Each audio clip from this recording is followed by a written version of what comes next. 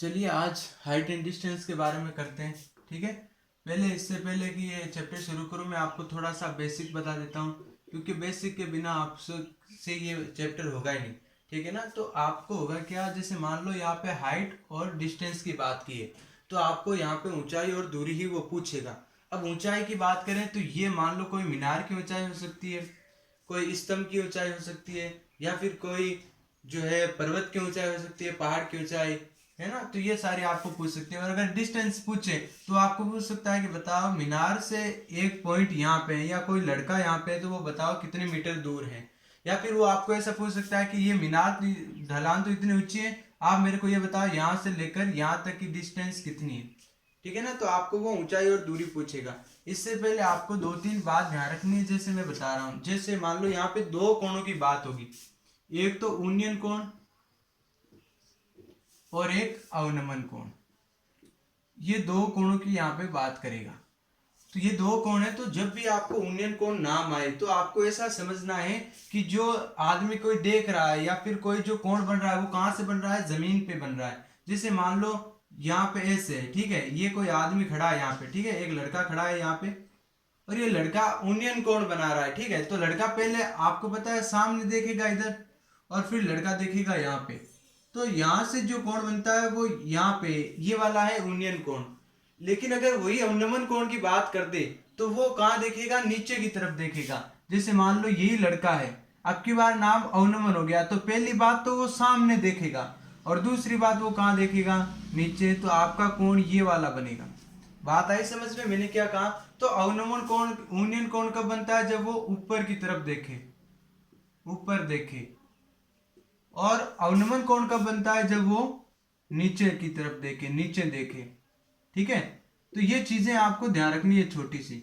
लेकिन अब आपको अवनमन कोण दे या यूनियन कोण दे, दोनों ही हमेशा बराबर ही होते हैं। जैसे मान लो कि ये यहाँ पे कोण बन रहा है, ठीक है, ये यहां से कोण बन गया आपको, तो ये वाला कोण बोलो या ये वाला कोण बोलो, दोनों ही क्या है, आपके इक्वल ही है। अगर मान लो यहाँ पे ये 45 डिग्री का बना रहा है तो यहाँ पे भी ये कितने का बनाएगा, 45 का ही बनाएगा। क्यों बनाएगा, क्योंकि अगर आप ध्यान से देखोगे तो ये वाली लाइन और ये वाली लाइन दोनों पैरेलल ही है, समांतर है। अगर लाइनें समांतर है और उनको कोई तीसरी लाइन ऐसे तिरछी लाइन काट रही है तो ये एकांतर कोण होते हैं, ये हमेशा आपके बराबर होते हैं। तो अवनमन कोण और उन्नयन कोण केवल चित्र बनाते समय आपको ध्यान रखना है, बाकी आप समझ सकते हो कि दोनों ही कोण क्या है, आपके बराबर है। जैसे मान लो आपको ये वाला दे दिया कि यहाँ पे 45 डिग्री का कोण बन रहा है, आपको मीनार की ऊंचाई बतानी है। ठीक है, मीनार की ऊंचाई बतानी है जब आपके पास ये वाला 10 मीटर हो। क्या हो, 10 मीटर हो। कि एक ये मीनार है, ठीक है, यहाँ से एक मीनार है यहाँ पे ए बी, और यहाँ पे कोई तीसरा पॉइंट है सी, जो इस मीनार के बॉटम से, बॉटम का मतलब इसके नीचे वाले सिरे से, पाथ से यहाँ पे कितने मीटर दूरी है, 10 मीटर दूर है। तो आप मीनार की ऊंचाई बताओ।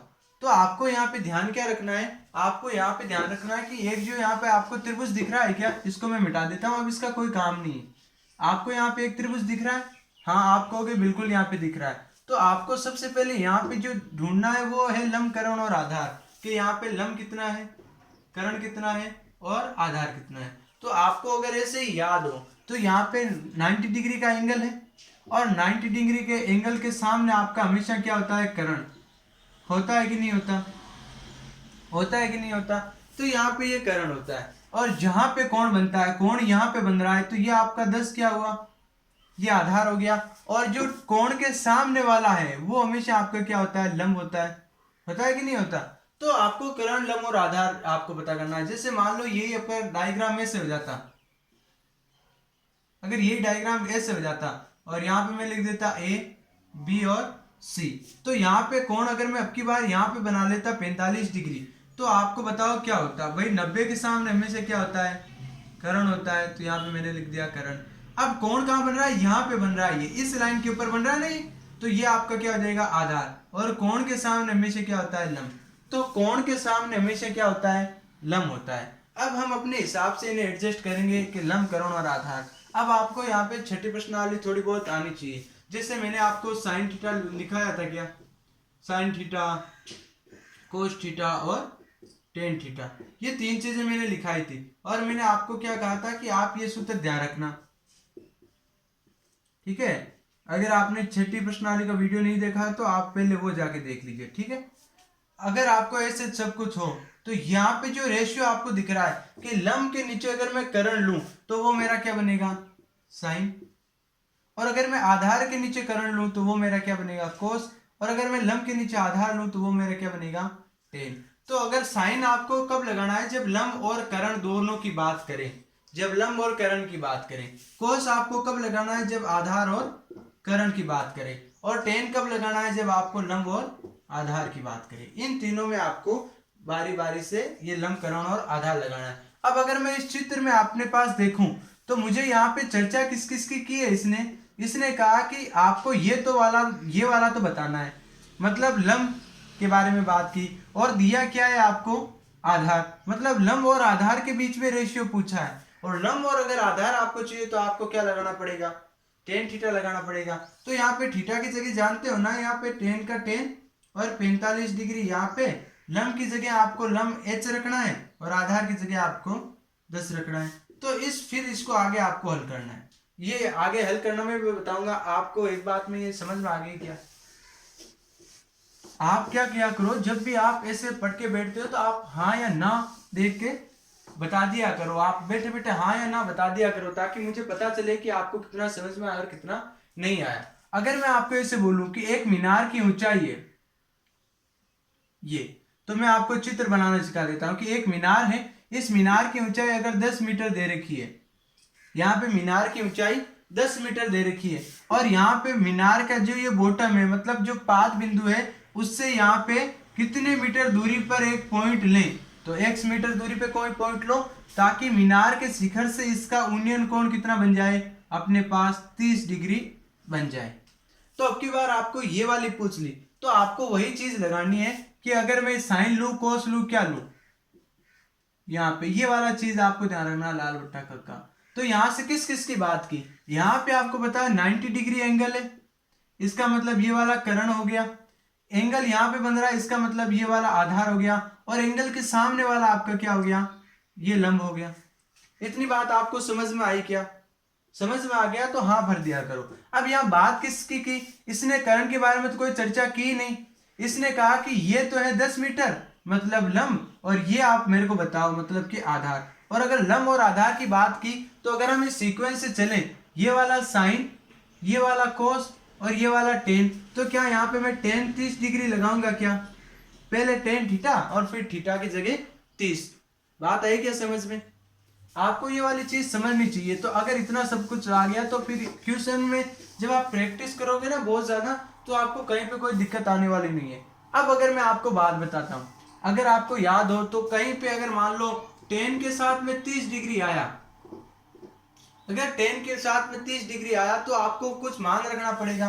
वो मान आपको छठी प्रश्नावली में जो सारणी लिख बताई थी ना मैंने, उस सारणी के हिसाब से हो जाएगा। लेकिन फिर भी मैं एक बेसिक तरीका आपको बता देता हूं, ठीक है। आप हमेशा ध्यान रखना, जब भी 10 की बात करेगा वो, जैसे मान लो 10 की बात करेगा और यहाँ पे अपने पास आ गया क्या 30 डिग्री, ठीक है ना। मीनार की ऊंचाई आपको h दे दे, ये कुछ भी दे, तो यहाँ पे 10 30 आएगा, है ना। और आपको ये मान लो मैंने 10 मीटर दे दी, तो हमेशा क्या होगा कि 10 30 की जगह आपको क्या रखना है, यहाँ पे 10 30 डिग्री, क्योंकि ये थीटा के सामने लंब है और ये आधार। तो लंब और आधार की बात की तो लंब है h और आधार कितना हो गया 10। ये बात की तो 10 30 की जगह आपको हमेशा वैल्यू कितनी रखनी है, 1/√3 की, 1/√3।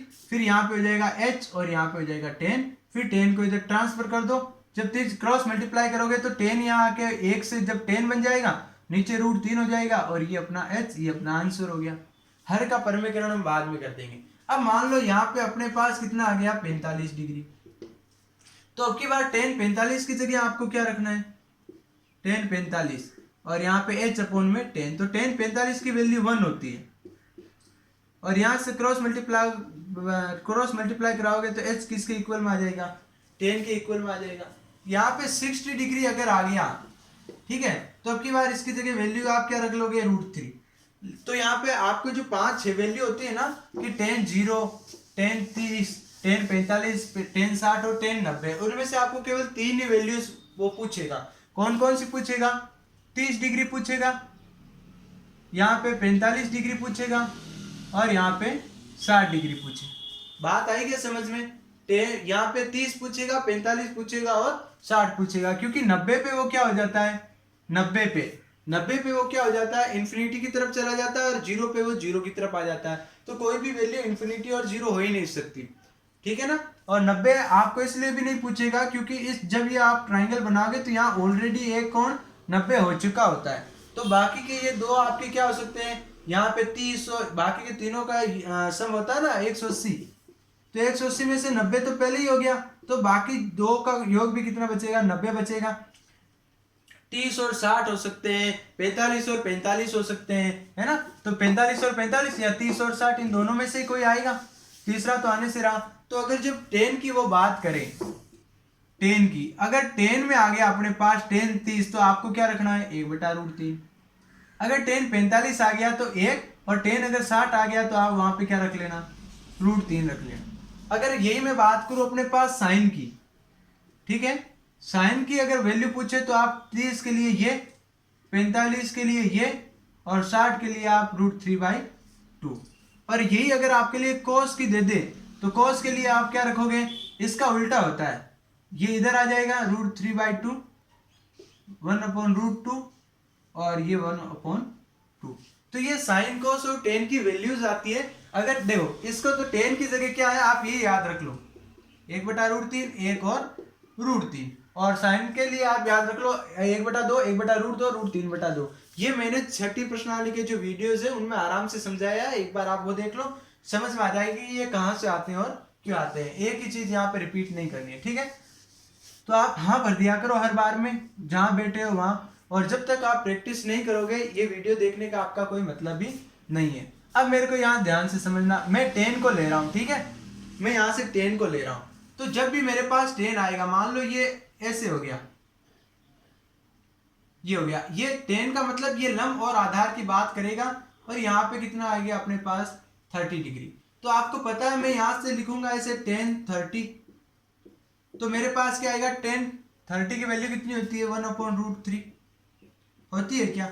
अगर मैं इसको कंपैरिजन करूं ऐसे कि मैंने तो लंब अपॉन आधार पढ़ा था, ठीक है ना। अगर मैं ऐसे करूं कि आप ऐसा जानते हो कि tan थीटा बराबर किसके बराबर होता है, लंब अपॉन लंब बटा आधार।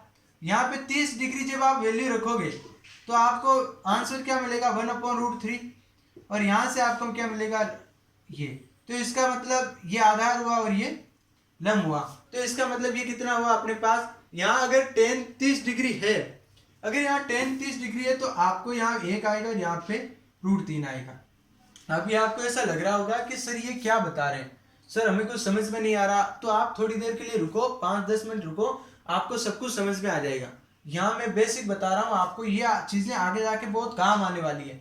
क्या है, अभी अगर आपको मैं हार्ड क्वेश्चन बता दूंगा तो आप कहोगे वाह सर ने अच्छा बताया, लेकिन जो बेसिक क्वेश्चन होते हैं ना, क्योंकि ये किताब में तो केवल 28% ही है, इनके अलावा भी आपका दिमाग चलना चाहिए, तो वो दिमाग चलाने के लिए मैं आपके दिमाग को तैयार कर रहा हूँ। तो अगर मैं इसकी जगह ये हटाकर दे दूं, है ना, तो आधार की जगह कितना आया, √3, और लंब की जगह कितना आया, 1। तो अब आपको अगर वो थीटा ऐसे पूछ ले तो आपकी जगह बताओ थीटा कितना आएगा, तो अब की बार आप रखोगे यहाँ पे tan थीटा। देखना मैं क्या बताना चाह रहा हूँ आपको, यहाँ पे आएगा tan थीटा, लंब कितना 1, आधार कितना √3, और इसका मतलब अगर ये 1/√3 है तो आपका थीटा की वैल्यू यहाँ से कितनी आएगी, 30 डिग्री आएगी क्या। मेरे कहने का मतलब ये है, अगर आपको ऐसा बोल दे कि एक मीनार की छाया, एक मीनार की छाया और लंबाई में √3:1 हो, इसका मतलब छाया की बात की ना इसने, तो छाया ये होगी आपकी मीनार की छाया है। तो ऐसे ही तो आती है छाया, जैसे मान लो मैं यहाँ खड़ा हूं तो मेरी छाया बनानी है तो मेरे पैरों से ही तो स्टार्ट होगी वो। तो अगर ये कोई मीनार है तो इसकी छाया इस पैरों से ही होगी, तो पहले छाया का मतलब यहाँ पे √3 आएगा, यहाँ पे लंबाई है इसका मतलब यहाँ पे 1 आएगा।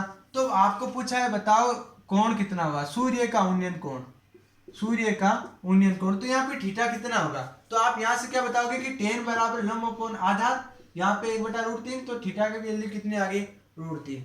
इसकी जगह अगर मैं इसे चेंज कर दूं ठीक है ना, कि मीनार की छाया और उसकी लंबाई समान है। क्या है अब की बार? समान है। समान है का मतलब बराबर। तो आपको थीटा की वैल्यू बतानी है। अब की बार यहाँ पे क्या हो गया, अगर यहाँ पे 1 है तो यहाँ पे भी क्या है 1।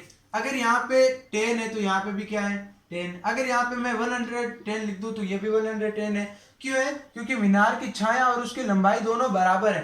तो हमेशा ध्यान रखना, जब यहाँ पे बात तो 10 की कर रहा है वो, क्योंकि छाया ये होती है और लंबाई ये होती है, तो बात तो ये इसी की कर रहा है ना 10 की। तो 10 में जितना ये होगा उतना ही तो ये होगा। होगा कि नहीं होगा? अगर ये 110 है तो ये भी अपने पास 110 होगी। ये कट के हमेशा क्या आएगा 1 आएगा कि नहीं आएगा? बताओ 10 की वैल्यू कितने डिग्री पर 1 होती है? तो आप कहोगे सर 45 डिग्री पर 1 होती है। तो मैं यहाँ पे 10 कितना लिख दूंगा 45 डिग्री। हालांकि इसको करने का तरीका ये होता है कि यहाँ पे 10 थीटा और यहाँ पे 1 की जगह आप क्या लिख सकते हो 10 45 लिख सकते हो। 1 की जगह 10 45 लिख सकते हो ना। तो 10 से 10 कट गया तो थीटा बराबर कितना आया 45 डिग्री। बात आ रही है क्या समझ में? इसलिए इसको आप अगर ऐसा कुछ दे कि लंबाई मीनार की छाया और उसकी लंबाई बराबर है, तो आप इसकी ऊंचाई को आप h मानोगे। हाइट होती है ना ऊंचाई, h मान लिया, तो आप इसको भी क्या मान लो h। तो हमेशा h से ये h घटेगा, h अपॉन h, तो हमेशा इक्वल में कितना आएगा 1। तो यहाँ पे tan थीटा बराबर हो गया 1। तो 1 तभी आता है जब अपने पास कितना है 45 डिग्री का है। अब मैं इसका जस्ट रिवर्स करता हूं आपके पास, ठीक है? अगर मैं इसका रिवर्स करूं तो आप मेरे को ये बताना। अगर मैं ऐसा करूं कि मेरे पास क्या है यहाँ पे 45 डिग्री का कोण आ गया, मैंने आपको ये 10 दे दिया, ये आपको पूछ लिया, तो आपको बताओ क्या होगा? ये लंब और ये आधार, यहाँ 45 है, इसका मतलब सर ये हमेशा दोनों क्या होते हैं बराबर। तो यहाँ पे x बराबर भी क्या आएगा 10। अभी जस्ट बताया था आपको, अगर यहाँ पे 45 डिग्री है तो tan 45, यहाँ पे लंब कितना हुआ अपने पास 10 अपॉन में यहाँ पे आधार कितना हुआ x। tan 45 का मान क्या 1 होता है क्या? और ये अगर मैं इसको क्रॉस मल्टीप्लाई कराऊं तो क्या x बराबर 10 आया क्या? तो मैं आपको ये बताना चाह रहा हूं कि यहाँ पे जब यहाँ पे एंगल 45 डिग्री का आएगा तो हमेशा जो यहाँ पे है वही आपका क्या रहेगा यहाँ। ये कुछ छोटी छोटी बातें हैं जो आपको हमेशा काम आने वाली चीज है। अब मैं आपको चित्र बनाना सिखाता हूँ कि जैसे मान लो आपको डायग्राम कैसे बनाना है। तो डायग्राम डिपेंड करता है क्वेश्चन पर, और क्वेश्चन कहाँ है आपका, एक कोई एग्जाम्पल में ले लो या फिर बेसिक में ले लो। देखो भाई, आपकी जितनी ज्यादा प्रैक्टिस करोगे उतना ज्यादा आपका फायदा होने वाला है। तो अगर मैं एग्जाम्पल 1 का आपको चित्र बनाने के लिए कहूँ तो आप क्या बनाओगे बताओ? यहाँ पे लिखा क्या है कि एक स्तंभ के सिरे का उन्नयन कोण आधार के एक तल पर 60 डिग्री है। यदि ये बिंदु स्तंभ के आधार से 10√3 मीटर की दूरी हो तो स्तंभ की ऊंचाई बताओ। बात स्तंभ की चल रही है क्या? तो यहाँ पे एक स्तंभ बना लो, ये मैंने स्तंभ बना ली, और ये क्या कह रहा है कि इसका उन्नयन कोण है। तो उन्नयन कोण है तो पक्का ये नीचे की तरफ आएगा ऐसा, और यहाँ पे आधार पर एक पॉइंट है ये, तो ये हो गया। आपको ये वाला स्तंभ बनाना है और उन्नयन कोण के लिए ये वाली लाइन, और ये कितने डिग्री का कोण बना रहा है 60 का। इसने बोला ना कि इस स्तंभ के आधार से एक पॉइंट है धरती पर कोई भी तल पर, वहां पे 60 डिग्री का कोण बना रहा है। और ये जो बिंदु है, ये जो पॉइंट है यहाँ पे, कोई सा भी आप नाम इसको दे दो, ये इसके बॉटम से कितने दूर है 10√3 दूर है। तो आपको पूछा क्या है? आपको पूछा है स्तंभ की ऊंचाई। तो आप यहाँ पे स्तंभ की ऊंचाई बताओ। तो आपको पता है क्या बात किसकी कर रहा है? ये बात कर रहा है अपने पास लंब और आधार की। जैसे ही लंब और आधार की बात की तो आप यहाँ पे लिख लो ये A, ये B और ये वाला C। इसका मतलब क्या हो गया कि त्रिभुज ABC में हम ऐसा लिख लेते हैं कि त्रिभुज ABC में, इस त्रिभुज की तो बात हम कर रहे हैं। त्रिभुज ABC में बताओ यहाँ पे कितने डिग्री का एंगल है 90 डिग्री का एंगल। यहाँ पे ये वाला कर्ण है क्या? क्या आप मेरे को बता सकते हो ये आधार है? हाँ या ना बोलो, क्या ये आधार है क्या? आप हाँ या ना बोल दिया करो। क्या है, ऑफलाइन में तो मैं जब पढ़ाता हूँ तो बच्चों से जबरदस्ती हाँ ना करवा ही लेता हूँ। उनको अगर समझ में आता है तो हाँ कर देते, वरना ना बोल देते। तो आप मेरे को बताया करो कि समझ में आ रहा है क्या। अगर मैं ऐसे बात करूं तो यहाँ कर्ण की तो कोई चर्चा की ही नहीं ना, तो आपको ये पूछा है ना ही आपको ये बताया है। बात की है इसने इसकी, तो लंब और आधार की चर्चा की है। तो जैसे ही लंब और आधार की चर्चा करते हैं तो हम क्या समझ जाते हैं वो किसकी बात कर रहा होगा 10 की। और अगर आपको कर्ण यहाँ पे इसकी बात करें लंब और कर्ण की तब साइन की, और जब आधार और कर्ण की तब जाके अपने पास किसकी इन दोनों की बात कर रहा होता है। यहाँ पे 10 लम कितना है अपने पास h, क्योंकि ये आपको पूछा है। या फिर आप पहले यहाँ पे लिख दो कि लम और आधार। क्या मैं यहाँ से 10 की जगह कितना रखूं, क्या थीटा की जगह 60 रख दूं, क्या रख दिया मैंने 60। अब मेरे को यहाँ से बताओ लम कितना, लम है अपने पास h और आधार कितना 10√3। आपको वो ये वाली सारणी नहीं देखने, आपको सीधा ही ध्यान रखना है। 10 की अगर बात करें तो उसकी वैल्यू ऐसे होती है, ये वाली 30, ये वाली 45 और ये वाली 60, यही तीन होती है 30 45 60। तो 30 के लिए आप क्या करो, √3 को नीचे, 45 के लिए 1 और इसके लिए 60 के लिए √3। तो क्या मैं यहाँ पे इसकी जगह √3 लिख सकता हूँ क्या? यहाँ पे ये तो h चल रहा है और नीचे 10√3 भी है, आप इसको क्रॉस मल्टीप्लाई करवाओ देखें। तो यहाँ पे √3 इंटू 10 और इंटू √3 और यहाँ पे कितना बचा h। क्या √3 और √3 गुणा होके 3 आ जाएगा क्या? आपको ये पता है कि √3 इंटू √3 3 होता है, √2 इंटू √2 2 होता है, ऐसे √5 इंटू √5 हमेशा क्या होता है 5 ही होता है। मतलब अगर रूट लगा है और यहाँ पे दोनों संख्याएं इक्वल है तो 5 आ जाएगा। और अगर मान लो ऐसा हो गया √5 इंटू √2, तो रूट तो आता है लेकिन 5 दूनी क्या हो जाता है, ये 10 हो जाता है। आप इस चीज को समझना। और 3 को वापस 10 से मल्टीप्लाई कराओगे तो ये अपना 30 आ जाएगा क्या? तो मीनार की ऊंचाई कितनी अपने पास 30 मीटर की ऊंचाई। बात आई क्या समझ में? हम जैसे जैसे क्वेश्चंस करते रहेंगे वैसे वैसे आपको समझ में आता रहेगा। तो अब मैं चलता हूँ क्वेश्चंस की तरफ, ठीक है।